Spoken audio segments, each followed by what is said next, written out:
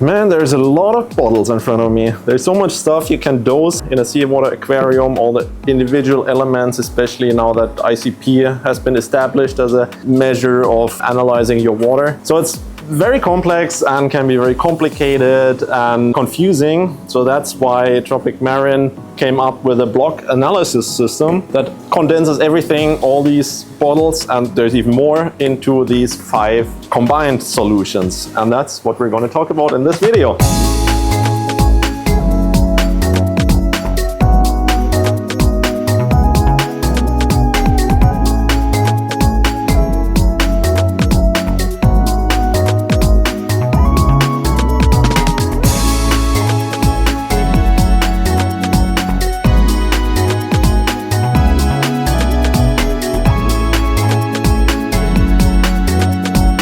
So my name is Sam Nietzer. I guess some of you may have seen me in previous videos. If not, then feel free to check them out here on the channel. Today is the first video of the series about this block solutions and the elements that are in there and why we dose them and what they do and how to do it, basically. Since Tropic Marin has now entered the market with their own ICP analysis, there is now the product line for dosing elements in case of deficiencies.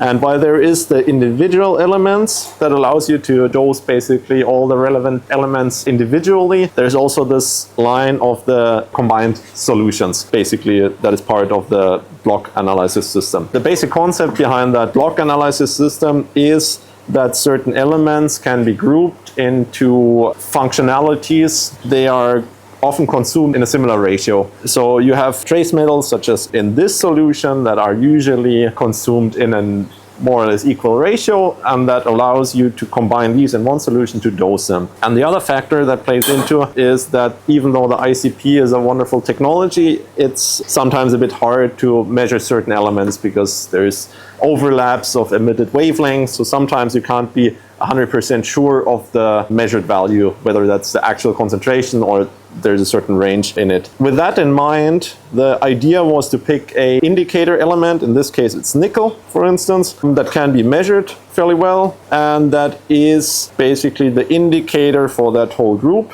which is nickel, manganese, iron, cobalt, and boron. Some of these are in really low concentrations in the water, like cobalt, that is usually below 1 microgram per liter, but is still a relevant element. So now we talk a little bit about what these elements do, why do we dose them, why are they important, why should we dose them. But before we dose them, we should get to know what is happening in our tank, meaning we should do an analysis, because these elements can also be toxic if they're in too high concentrations. Not all of the organisms in our aquariums are not happy then.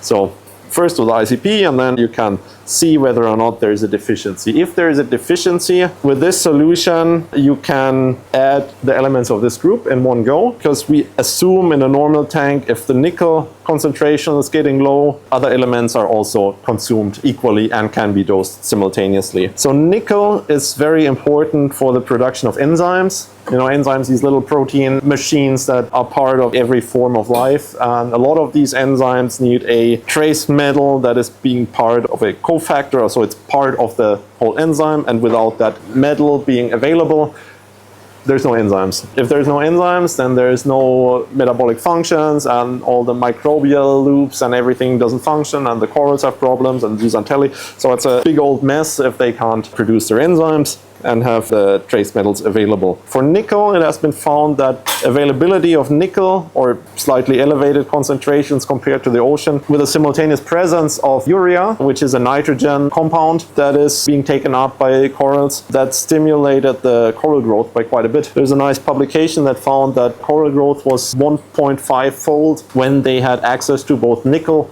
and urea at the same time. So there's a lot of interesting connections between elements and different compounds and their effects on corals. Iron is also very important for the synthesis of the zooxanthellae. So manganese and iron are sometimes present in rather high concentrations, especially after doing a water change with freshly mixed water, because iron and manganese are part of the salt mixtures, often as an anti-caking agent, but manganese and iron are consumed very rapidly. So bacteria really take them up super fast, and there's organic compounds that bind the iron and the manganese. Even if you have a high concentration, after a water change, it's being depleted or consumed very quickly. Boron is an important factor for the cell wall stability. Also in algae, boron is integrated in compounds that make the cell walls more durable, if you will.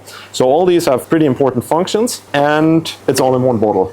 There is still the individual bottles, for the people who just have fun to dose individual elements and want to get really deep into water chemistry. On the other hand, sometimes there is a case that, for instance, you have a rather high nickel concentration in the water, but very low concentrations of the other ones, or one of them is non-detectable for a while. So in that case, then it doesn't make sense to add more nickel because you already have a lot of nickel in the water. You rather pick the individual ones and add these if need be. But in a stably running tank, these 5 bottles should ideally be everything you need to make up for potential trace element deficiencies. On the back side of that bottle, you have a recommendation on how to dose it. It also says how much of which element you add with a recommended dosing. So for this, you shouldn't exceed 4 milliliters per 100 liters per day. That would add 1 microgram of nickel, manganese 2 microgram, iron 1.5, iron 1.5, cobalt is at about 1/4 of a microgram, and boron is about 0.7 microgram. Again, manganese and iron are being taken up rapidly, usually from bacteria